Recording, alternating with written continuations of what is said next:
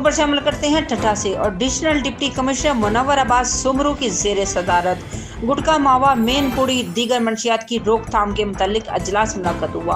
अजलास में DSP headquarter Syed Iftikhar Ali Shah, excise taxation and narcotics control officer Mohammad Zaman Memon, DIB in charge AD Shaikh, assistant commissioner Thatta Anees Abbasi, assistant commissioner Mirpur Sakro Iqbal Ahmed Tanno, मुख्तियार कार घोड़ाबरी ने शिरकत की। इस मौके पर additional deputy commissioner Munawwar Abbas Soomro ने कहा कि नशाई की लानत है, हम सबको मिलकर गुटखा मावा मेन पुड़ी दीगर मंशियात समेत माशरे की हर गलाजत को साफ करना होगा ताकि